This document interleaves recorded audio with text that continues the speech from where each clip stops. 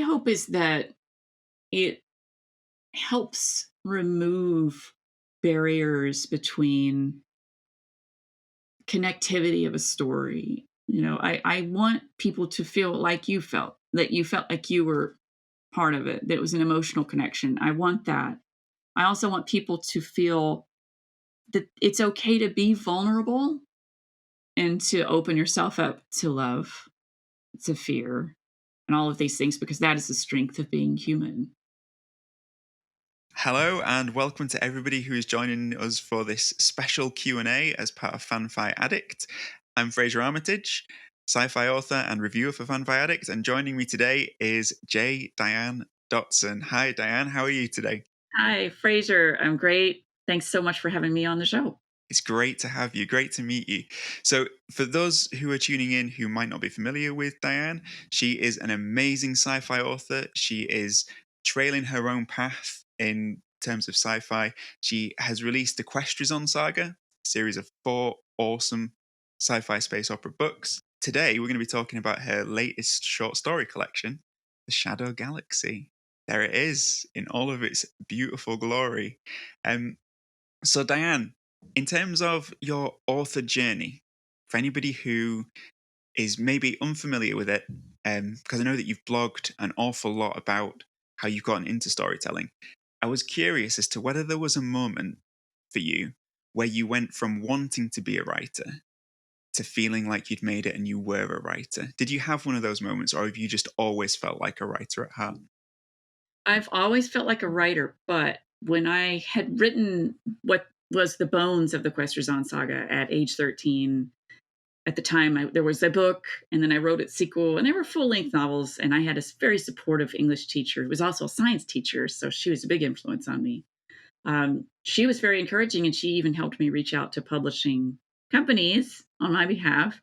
And, some of them I never heard back from, but some of them wrote back. I still have a letter from one of them that said, you are very young, because I was 14 at the time of the letter. And they said, if you want to hone your craft and come back to this, you can, or if you want to submit now, here's the guidelines. So, and everybody knew I was writing this space epic around me because I couldn't stop talking about it. And I also illustrated it and had all these hundreds of galactic fashions of all kinds of wacky characters and their outfits. And I was known for doing both of those things in my school, but I kind of just froze because I was entering high school, and that was tumultuous and stressful. And then I switched schools. That was very stressful.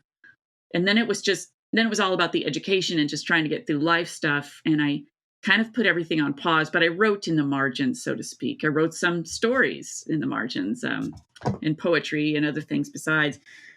But, I knew I was going to write. I've talked about this before, where one of the first things I ever wrote was a comic called Son of Blob, because I had watched a lot of B sci-fi movies, and the Blob, I won't say it scared me, but it unnerved me a little bit because it seemed kind of plausible.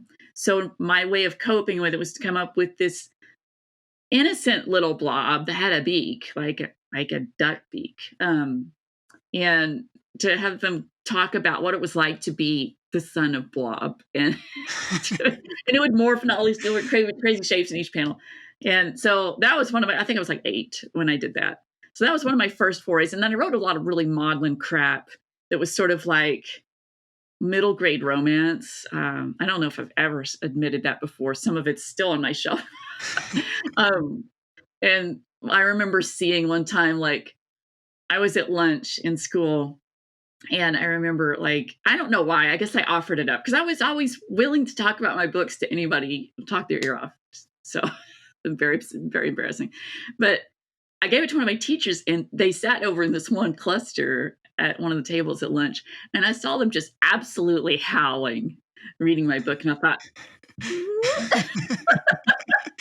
and I read back through it recently, and I was like, God, no wonder they just died, because that was the romance, and I came up with this phrase that my sister and I used repeatedly afterward. It was called "Oh, crappy day," and so if we were just having a moment, I would be like, "Oh, crappy day," but it was in the book, and it just made them howl. So, I was always writing. I was always writing something. people would come to me, ask me to write stuff and do art. So the art and the writing kind of grew together. But yeah, I've always felt like a writer. It's just that when I finally came back after education, after work, after having kids, and wanted to figure out how the heck can I finally get these books out there. I had a moment which made sense. As I was volunteering for my kids' school, that I met an editor and we became friends. And he kind of is the man who saved Heliopause, because I had been writing. I realized at some point that I needed to tell the story of how the humans got out in the galaxy, and that was Heliopause, because I'd already written kind of what was ephemeris, and some of Luminiferous, basically. So, but Heliopause is a tighter, sort of more intimate and very creepy tale. It could be standalone, but it was definitely the framework for this huge epic and other things going on in the galaxy. So when I finally finished it, then that started the journey of publication. I actually did pitch it to agents in 2017 and came close with a few of them. But I ultimately decided that I had a very specific idea of where I wanted the series to go. And I feared that if we only did Heliopause, nobody would see that huge story. And so I thought, I'm doing it myself. I'm going to hire professional editors who used to work in New York publishing, hire professional cover artists, and just, it was a really good time to do it myself. So I published Heliopause in 2018. And it was very expensive and a lot of work, as the additional 3 books were as well, but totally worth it to me. Yeah, and it's such a great saga. I mean, you got Heliopause, you got Ephemeris, you got Accretion, and you got Luminiferous. You got the cover. There you go. The covers are amazing, but you've got this 1,000-page saga of just epic proportions, and then your first, the thing you follow that up with, your first traditionally published book, is a tale of short stories, The Shadow Galaxy. Yeah, it's not huge, as you can see. Yeah, that's not like the normal trajectory for an author, is it? To write this massive long saga and then make a switch to a completely different form of short stories. So what I was wondering was how did that happen? What made you sort of decide, right, my next project is going to be short stories, and is that path one that you learned from and that you would recommend to others? Well, I have to say that it wasn't just this book. I got 2 book deals on the same day, and that's never going to happen again. My mind was absolutely frayed to bits by it. So I did have a novel that I pitched based on a short story. So I had begun to write short stories long ago, and many of them were just absolute garbage. But I saved a few. I found a few in some old binders, handwritten, some of them. I found some old poetry. So I started writing more short fiction because I realized that this was a playground in which I could have all kinds of fun. I could be doing super short, flash fiction. I could do longer things. And it was a really fun challenge for me. And I really like challenges. I had to give an example of my education. I had art scholarships for university, but I ended up going into science because I wanted that challenge. I was always interested in science anyway, but I just felt like it would be a greater challenge for me than art. I was very naive thinking that, because now I know professional artists and I know what they've been through. But at the time, but anyway, I don't regret that pathway. But in terms of the short fiction, it was another piece of pushing myself, trying different genres, trying very different styles, trying everything from a sweeping story to a very much crisp slammed door, and keeping things either intimate or blown out into grandiosity. So I just thought that was a really fun thing. And as I was building this collection, I began to pitch it. I pitched the first place I wanted it. So I thought, well, shoot, at the time I did not have an agent. So I pitched 2 books. So the second book, The Inn at the Amethyst Lantern, comes out October 24th from Android Press.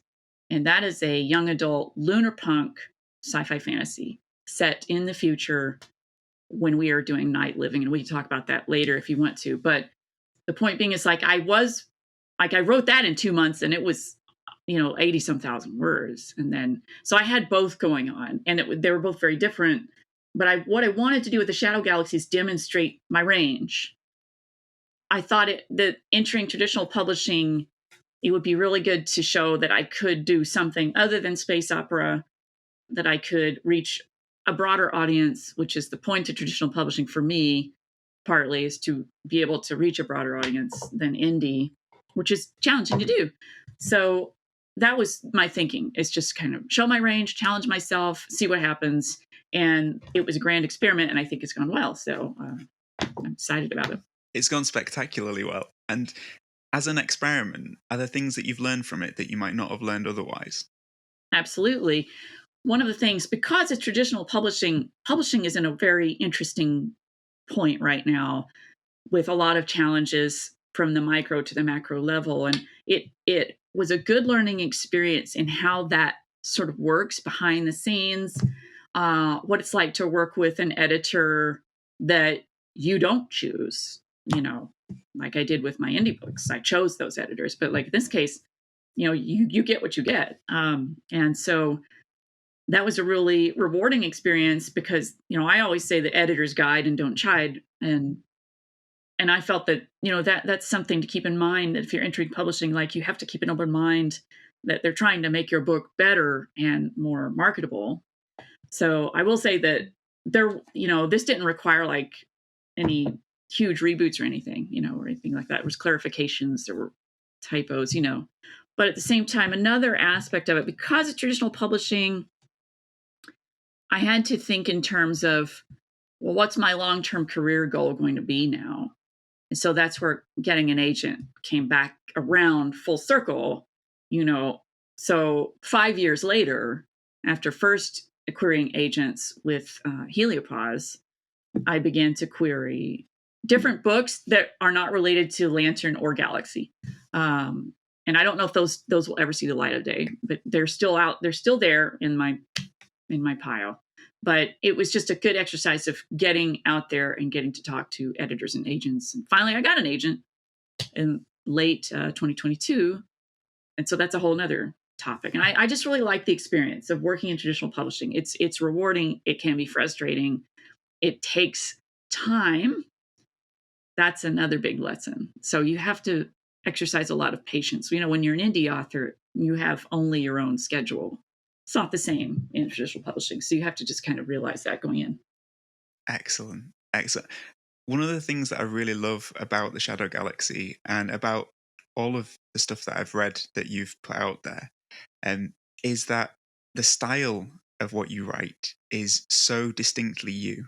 There's this almost folklorish kind of quality to it. It's not science fiction as in, the science is there, and we can talk about the science, and we could talk about your art in a little bit, but I just thought, just with regard to your style of writing and that sort of almost like mystical quality that it has, is that something that comes naturally to you, or is that something that you've had to sort of cultivate consciously over time? It's an interesting question, and I'm sort of wondering if it's a combination of both, because I had recently talked about two enormous influences on this, it's a collection of Ray Bradbury stories, as well as the book behind me, The World's Best Fairy Tales, that I've had since I was a little girl. And I've worn the thing out reading it over the decades. I also was a major L. Frank Baum Oz book fan.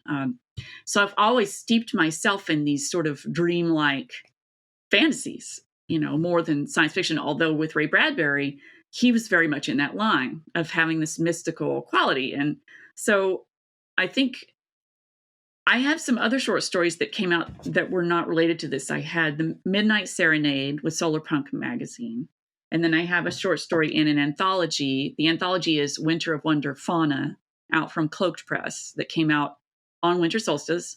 And so I have a solstice story that is a folklore, very much in line with, Northern European folklore, about a Tomte or Nissa, a little winter spirit with this little red cap. His name is Rodhat. And then there was a Yule stag, and there's mystical animals. And so I've always loved reading these kinds of tales, and I just think they're a blast to write. So, and I wove some fantasy into the Questrison Saga, at the same time as having some science-based sci-fi in it as well, because I like that feeling of traveling.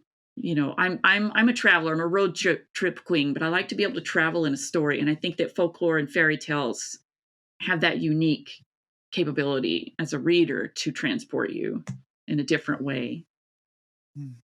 Yeah, it's so true. The transportive element of it is so true. And I think that one of the things I really liked about some of the poetry in the Shadow Galaxy is how transportive it was, because it took me to a place like the Appalachia. I hope I pronounced that right.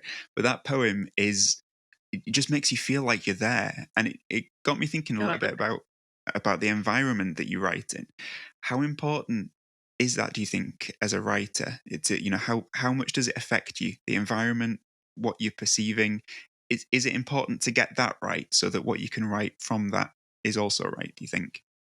I think so. And part of the reason I even went into science was because of my love for nature and my surroundings. And my degree is in ecology and evolutionary biology. So I've surrounded myself my entire life with nature. I used to hike, I fished.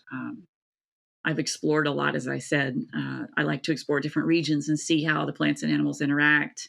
And I like to try to capture the places I've been or where I grew up. And definitely several times in the Shadow Galaxy, you will feel like you're in East Tennessee, where I grew up, that it was very much a big part of my soul is growing up in that place. And it was imbued with magic for me. It was inherently magical.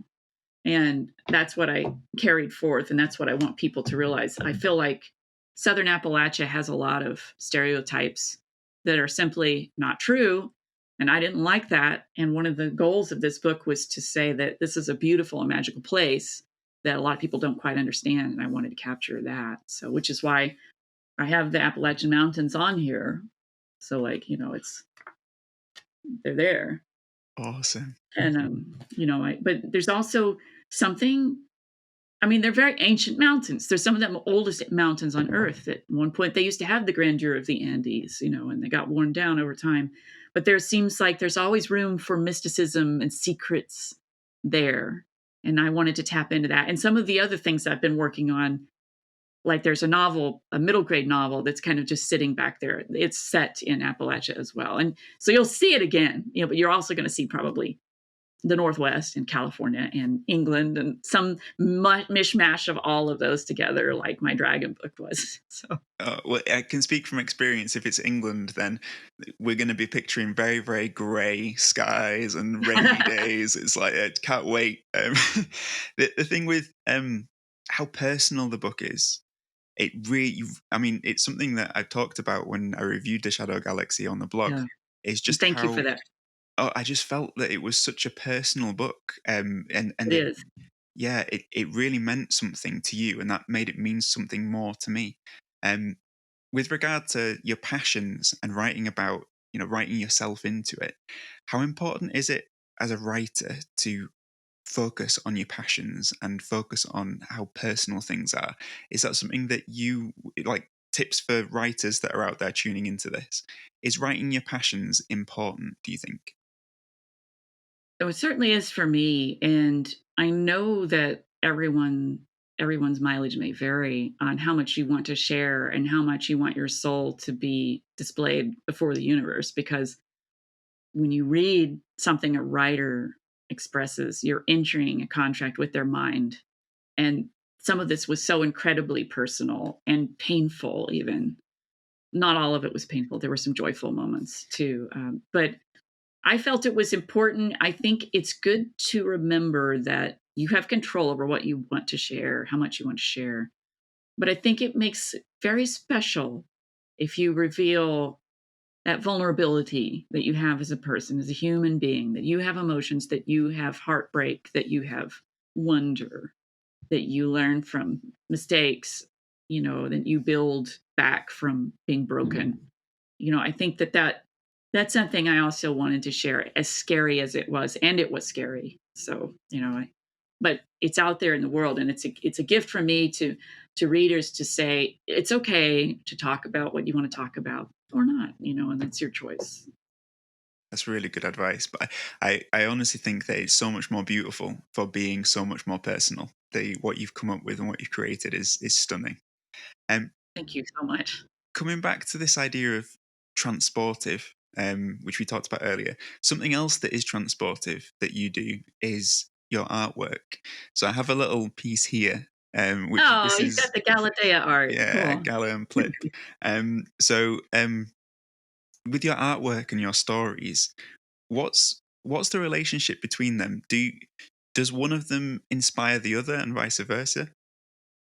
Yeah, I would say that's true. And I had mentioned earlier that they kind of evolved together, that I used to illustrate galactic fashions for, Gala in her early days and her cohort of friends. And I was heavily influenced by 80s like anime and Gem and the Holograms and She-Ra and all of this. And so you could definitely draw a line between all those things that I just thought it was so much fun. And I like to wear different fashions based on the book covers to my events.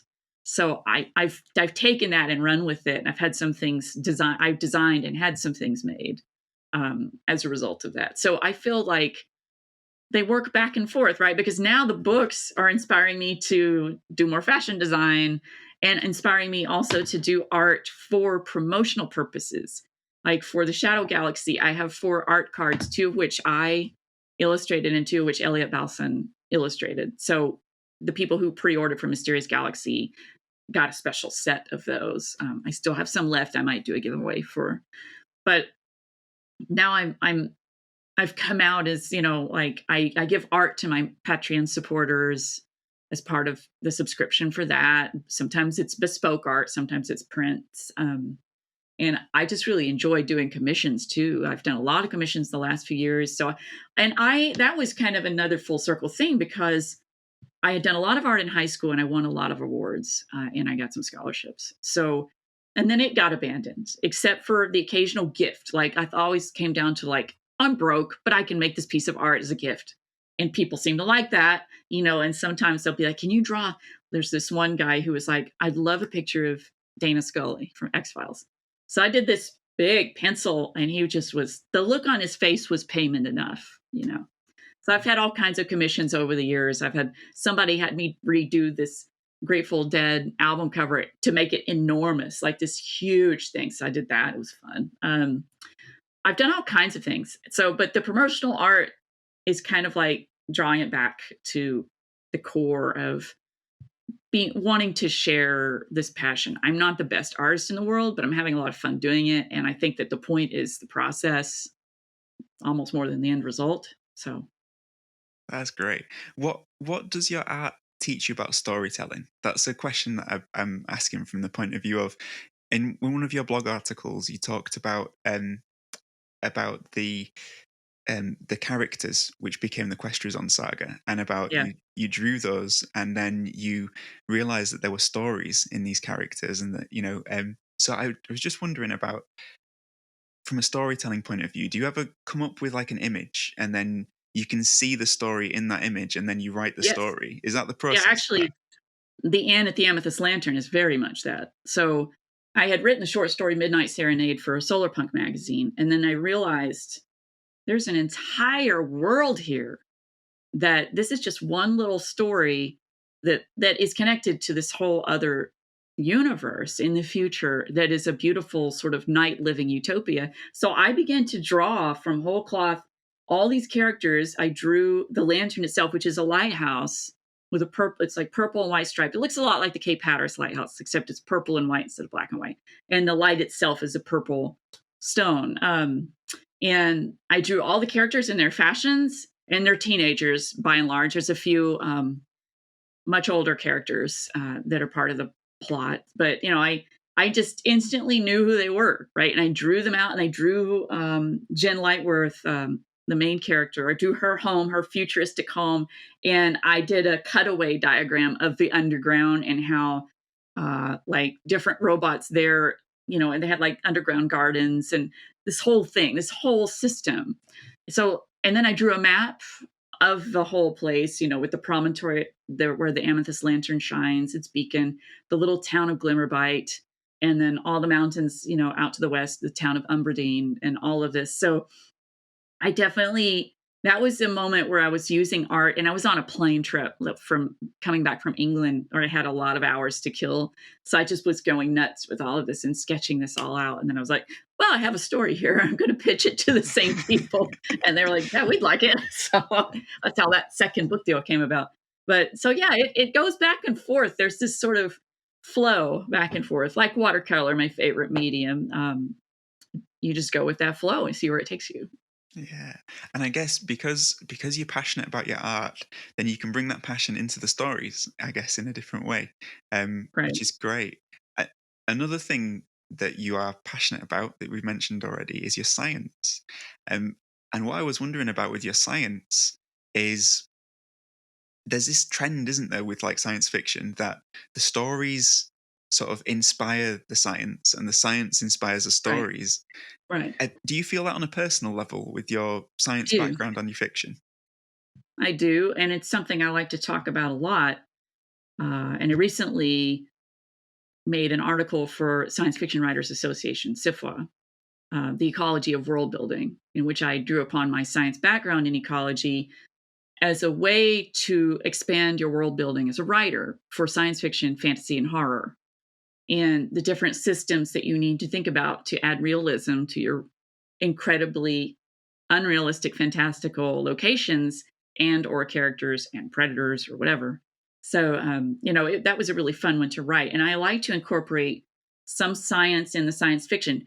I might be controversial in saying this, but I don't think that it's absolutely necessary to do in science fiction, because sometimes not having that bias helps some writers be extremely creative and come up with these concepts that those of us in science might never have imagined. So, but I like to kind of walk that balance back and forth, which is another reason why I like to use fantasy, is because that's when my brain is saying, you need to set the science over here. But that being said, this dragon book I recently finished, and it's on submission, I'm blending science into it as well, making certain aspects of it plausible, like the different environments of the land that it's in and the different species interactions.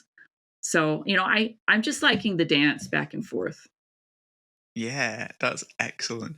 And I think as well, like with your science background, I know that um, it has played a factor in some of your stories, because you mentioned before about some of the stories that are in the Shadow Galaxy as being sort of a direct growth from scientific ideas that you've had. Like the one that you've just put out there, that you're working on your next project, which has a connection to a story in the Shadow Galaxy. Right. How has your science background sort of like helped with like that type of thing? The The scaffold. scaffold. That's it. Yeah. A lot of people like this story so far. It's very creepy, but it's very grounded in. So when I had worked as a lab tech in multiple universities before I switched to clinical research and worked in cancer research for a little while before I had kids.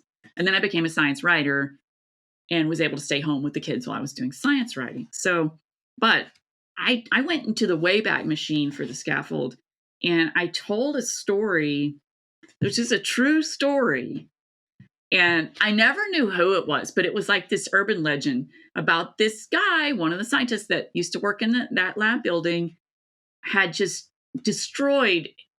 It happened twice. Like, he had one occasion had been out collecting in the field and had his trunk full of samples. I don't remember what they were. I'm assuming they were plants. But and then at one point he just snaps and he pulls over the side of the road and throws everything out and speeds on his way back. Left the entire collection, just boom. And then another time, he's in the lab and he snaps. And I don't know what, he just had a bad day. But he just like took all the lab glassware and threw it into the hall, smashed it to bits.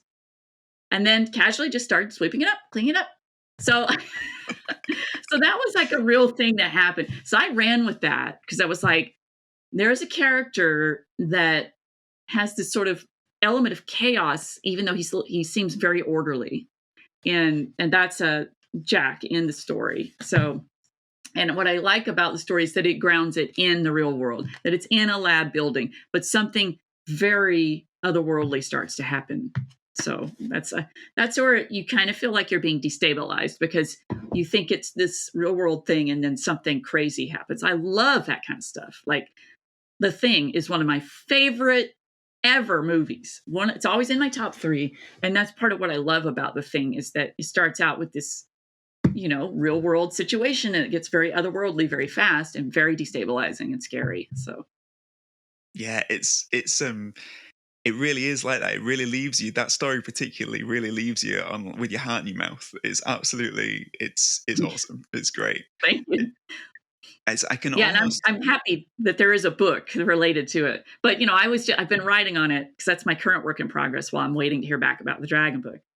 And so we'll submit this near future sci-fi, which is kind of like the X-Files and The Thing with a little bit of John le Carré flavor to it. But also some Appalachia to it because of where it's set. Because it's basically the setting is basically where I was allowed, where I went to school and where I worked in East Tennessee. So, but I just really loved that I was writing a passage that the scaffold, if you read the story and then you read this one line, you're like, oh my God, because then you realize something really bad happened after this that is not quite revealed yet in the novel. So I feel like all of your work in getting Son of Blob perfect has kind of like helped you with with the scaffold. It's it's a brilliant short story. I really thank enjoyed it. you. But Thank there were you. so I many love that. across there. There were so many that were just like, yeah, that they leave you wanting more. It's a book that it's really strange because it's a book that shows you range. It's got all of Right. these different aspects to it, and yet you get to the end of it and you're like, oh, I really want to read more. I love that. Yeah, it's great. It's great. So that's the idea. My agent and I are talking. We're keeping close track of how many people like different stories, and boy, does Void Mage seem very popular. We know the scaffold is popular, and there's a book related to that. But Void Mage is becoming a clear front runner and Fogvale, One Evening in Fogvale. Those seem to be the two that people are like, I want more of that. So I just really want to know, like, what are the stories that are resonating with people where I can play again? I actually would love to do more. There's a couple of stories that someone else who had read this back when I was submitting it said some of these stories could take place in the same universe. And I said, yes, they could. And so, but 2 different ones, but all of them are cosmic horror. So because you have Topaz Sundered and Galleon's Wake, sort of space and exoplanet shenanigans.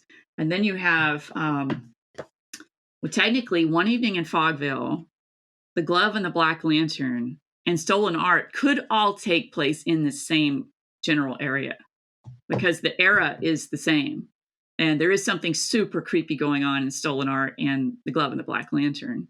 So, they could literally all be in the same they could even be in the same town, So that's kind of like, in a way, I've kind of made my own Derry, Maine, like Stephen King, is this town that, Miranda Mirthwick lives in, that very strange things begin to happen because you have what's going on with Fogvale, and then you have this very sinister, very evil presence on the other side of the bay.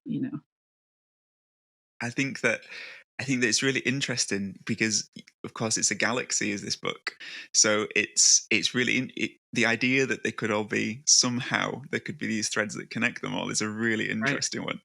But the thing that I was thinking about in terms of like the difference between this book and the others. So the biggest difference, apart from it being short stories, is that it's traditionally published. And what was going through my head was all of the work that you've done for the Questrison Saga and to develop your skills as an indie author. How much crossover have you found between your experiences as an indie author and your experiences as a traditionally published author? Have those skills like kind of stood you in good stead? I think it's helped me a lot, particularly regarding promotion, because I'm able to self-promote. I'm used to doing the book events already. I had a really good situation with the Questrison Saga because I basically pretended that this was a traditionally published series, and I got out there and projected it as being legit. It looks like it could fit on the shelf anywhere, and I was very gung-ho about, approaching booksellers and asking. I've had a lot of events over the years, and I think that was incredibly good practice. And then I started being invited on panels. My first ever panel, I had Cory Doctorow on the panel at WonderCon in 2019. No pressure. So, and it was a great panel.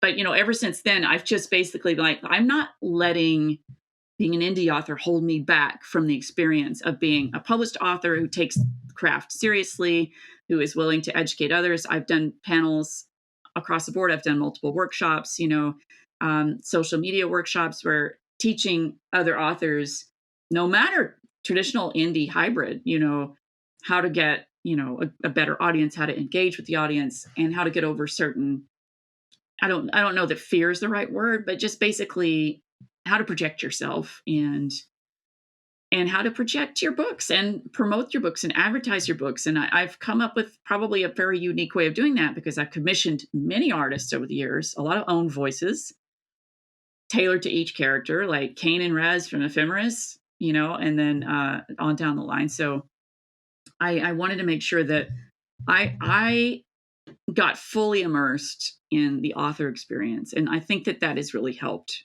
because I built this audience myself and I have it baked in, ready for traditional publishing to help catapult me forward. And I know, because I have been told, that people are paying attention. The editors and publishers pay attention. And, I also, one of the selling points for my agent to represent me was the fact that I also promote other writers. And that is something I love to do, and I strongly believe in doing. And one thing you don't want to do is the opposite. So this is a family that we're all flung together in, like it or not. I choose to like it, and I choose to interact with other authors. I network with them. I love being on panels with them. I love to celebrate their victories. Honestly, their victories are all of our victories because publishing, we need all the help that we can get. It's, I think a lot of people don't know, who aren't in publishing, that it is a lot of work for not a lot of pay. And it is a community and it needs to be fostered. So I strongly believe in that. And do you find that sense of community that you get from interacting and promoting and helping with the other authors, does that help with your imposter syndrome? Because I have major imposter syndrome and it really helps with mine. I wish it did. For my case, it kind of doesn't. Because then, like, in one regard, it helps to recognize that everybody has imposter syndrome. So in that regard, yes, but it doesn't help me get over it, which is my own bugbear, right? It's my own struggle. And I think that that's just probably never going to go away. I was writing up this summary recently to give to my agent to send out there for solicitations for short stories, etc. And I'm reading it going, this sounds pretty good. But I'm like, it's this out of body experience where I'm like, the rest of the time, I'm like, nobody knows who I am. I don't have this global distribution. What am I doing this for? I'm broke. Like, people don't understand. You just don't get a lot of money. Advances are hard to come by, et cetera. It's a super challenging. It can be demoralizing career. And I, meanwhile, am still a science writer because I cannot give that up. That is my main source of income. And even that's a challenge because writing doesn't pay that well. People take it for granted. And now we face AI written articles, and that's challenging my other side. So the imposter syndrome really comes more from being like, I'm afraid I'm not going to be able to make this a career. So there's a lot of that going into my thoughts on that one. But it doesn't have to do with other writers. It is heartening to see that I'm not alone, but I hate that other writers feel the same way. Because I'm like, guys, you're awesome, so. But that's it. That's seeing the way that you feel about other authors coming back to you that's what's really helped me. So once I've found my community of writers and authors who, have become my friends, Right. I might put something out there and think, this is this any good? And when you get that coming back, that actually they've enjoyed it as much as you've enjoyed their work, it gives you that point of like reference to be able to say like, oh yeah, actually, I might be a writer. It's right. It's but having that, and because you've built such a great community of and it really is fantastic, even just to the point of seeing your social media presence and seeing the people that you're interacting with. It's you are blazing a trail, Dianne, and it is you are reaching people. It's great. Another thing that I wanted to mention to you, you are not just amazing as an artist and a writer and a scientist, but a chef. Oh, You yeah. you post pictures on your social media of food all the time, and it's Yeah, I do. awesome. It's because I think about food all the time. All the best people do, right? Part The hobbit. thing, the thing I was wondering was, do you ever come up with recipes for your characters? And if you were to write a recipe book for the Shadow Galaxy, what kind of things would you be throwing in there? Oh, that's fun. Well, so like the Questrison Saga has so much food in it. Ephemeris, there's even a chef, an alien chef. I get all into it. And so food is a recurring theme of comfort, community, sometimes threats in the Questrison Saga. And in the Shadow Galaxy, while I don't emphasize that as much, there are some memory moments in here where I do talk about food, such as Sourwood Honey Days, which is a memory. That's a real, it's nonfiction. So it's not all fiction, but I feel like food is world building, and I would absolutely love to tailor the recipes for characters. I think the inn at the Amethyst Lantern would be a real blast for that one. But also my dragon book, I talk about food so much that my agent was like, "I'm getting really hungry reading this." There's all kinds of fun foods and drinks, and I like to describe them all. And I just think that it's as much a part of the world building as like the planets or the dragons. The food, the drinks are intimately part of world building. And I just was on a podcast talking about this very thing a couple of days ago, that it's important to me. And then, yes, I would absolutely do a cookbook where I would have the Sourwood Honey Days part would have biscuits and honey. It would be sourwood honey because it's unique to Southern Appalachia. You can only get it there. I would have blackberry desserts in Mr. Gerald and maybe some lollipops, since he gave those out. I mean, the Queen of the Mountain Laurel mentions RC Cola. It's there's just all kinds of things where you could tailor stuff. Valentine's from the Pit, chocolate would be center stage. And River of Rubies being, a painful little snippet, but LA and I have an interesting history, and so I would probably have something for that. But the characters, God, I'd love to have different tailored foods and things for each of these characters and stories. It would be a blast. And also, while it's not a cookbook, the publisher said that if enough of the Shadow Galaxy sells, that they will do an illustrated version with my illustrations. That's epic. Yeah, that would be I would great. love that. I would love that a lot, because I illustrated a couple of the stories. I did Rotor and One Evening in Fogvale for the art card promotion. So I would love to see that edition. That would be absolutely brilliant. it would be great. Everybody go buy copies, like multiple copies, so we can make it happen. That would be great. And in fact, that kind of ties into a little bit as to a question that I was going to ask you, because I found there was this beautiful sentence that you wrote in Heliopause where you said that hope is a magnet and that it keeps drawing us. And I was thinking, what are your hopes? What are the hopes for this book that draw you? That you would love for the Shadow Galaxy to be or for it to achieve? What's your hope for this book? My hope is that it helps remove barriers between connectivity of a story. I want people to feel like you felt, that you felt like you were part of it, that it was an emotional connection. I want that.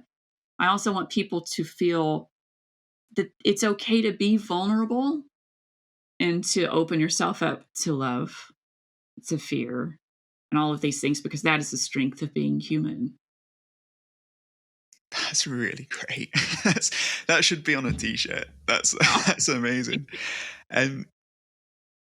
What's coming next for you is the Inn at the Amethyst Lantern. That's October, right? Right. So before then, the Solar Punk magazine story, Midnight Serenade, is online. You can go read that short story. It is directly connected. And I'm hoping that maybe we can also put it in the book, maybe in the back or whatever. But before then, I have a really fun short story coming out in Interzone magazine, I believe next month, in issue 295. My first Interzone story, so I'm super pleased. And the illustration was just debuted yesterday of Copper. And it's a robot short story and about an awakening that this robot undergoes. And I think it's a really touching, fun story, and I hope everybody loves it. You can pre-order the magazine now. I'm also part of an anthology that is NDA. I can't announce it myself, but that's coming, I think, in late summer, and it is a role-playing game anthology. So my first media tie-in. And I have a short story in that is an epic fantasy that I wanted to capture. One of my favorite things about The Lord of the Rings is that the intimate moments of friendship between wildly different people in the quests and things. So it kind of captures that. And there's a sentient raven, because of course there is. I'm a bird nerd. So now the Amethyst Lantern then comes out October 24 from Android Press. And I think it's a blast. And there's some cool animals in that too. So it's not just people. It's going to be a lot of fun. And meanwhile, I just recently had finished my first epic fantasy novel, which has dragons and a strong young woman character, and this whole new world, which was a blast to make, and lots of dragons, lots of new beings and creatures of all kinds, a hero bird, and because I'm a bird nerd. So that's on submission to publishers now. We will see, fingers and toes crossed, that someone buys the book and it comes out. It would probably at this point be 2025. I don't really know though. And then I'm working on the near future sci-fi mystery that's connected to the Scaffold short story. I'm not announcing that title yet, but that's good progress is being made. I'll probably finish it in a couple of months, and it's going to go on submission. And then there's a third book I'm writing this year that is going to be super fun. It's a gory, like horror, sci-fi horror comedy, very dark comedy. Lots of gore and a little bit of meanness, very catty stuff going on. It's camp. It's pure camp, and it would be so much fun as a graphic novel or a movie or a show. So there's a lot of people interested in that one. So that's going to be really fun. And again, I can't announce the title of it yet, but it's got a pretty great title. And that's what's happening now. And then I have a huge list of like 70 different things I've talked about. I talked about the cozy winter fantasy, the solstice fantasy. I want to make at some point a cozy fantasy collection for all ages of gentle sort of folkloric fairy tale magical realism stories with animals and pastries and all kinds of stuff like that, where you can just feel like immersed and happy reading it. And I also want to go very dark for I'd like to do like a grimdark fantasy, and I'd like to do some more horror. I love that. I love the sound of all of that. And what's really cool is all of these different projects. You were talking about your range in the Shadow Galaxy. You're kind of fulfilling that promise that you're not just sticking to just like one thing. You're going epic fantasy, lunar punk, gore, sci-fi thriller. You've got it all coming, and I love that you're like fulfilling that promise that you're making with this short story collection. That seems very, very cool. Yeah, it's like I said recently on Twitter in a tweet that's gone viral that came from a Mysterious Galaxy appearance, which is on YouTube, that, I'm not staying in my lane. I'm forging my own road. Yeah, that is, again, another T-shirt quote for sure. It seems to have resonated, I think, because a lot of writers are frustrated of being told to be stuck in one thing. And I was like, well, Ray Bradbury didn't, Stephen King didn't. So why should I be? I'm going to write whatever I feel like writing, and the readers will follow, because it's going to be purely from me. You will feel it. You will know it's real, and you will know it's passionate. And that, that's passion is also a magnet. Hope and passion. Woo! What a combo. What a combo. And what a great way to sort of, I guess say thank you very much for joining us, because you Thank can't you. really end more better than hope and passion. That is perfect, right? So Thank you. so thank you so much for joining me, Dianne. Thank you to Thank you, everybody Fraser. who is listening, who's tuned in. Go pick up the Shadow Galaxy. It's available everywhere. Just you'll find it. It's absolutely brilliant. Fully recommend it. If you want to find out more, there's a review on the FanFiAddict website, the blog. You can read a little bit more about it there. But check out Dianne and her Questrison Saga and everything else. She's awesome. Thank you Thanks. so much, Dianne. And yeah, we'll hopefully all the best for the book. I hope that your hopes are realized. Thank you so much, Fraser.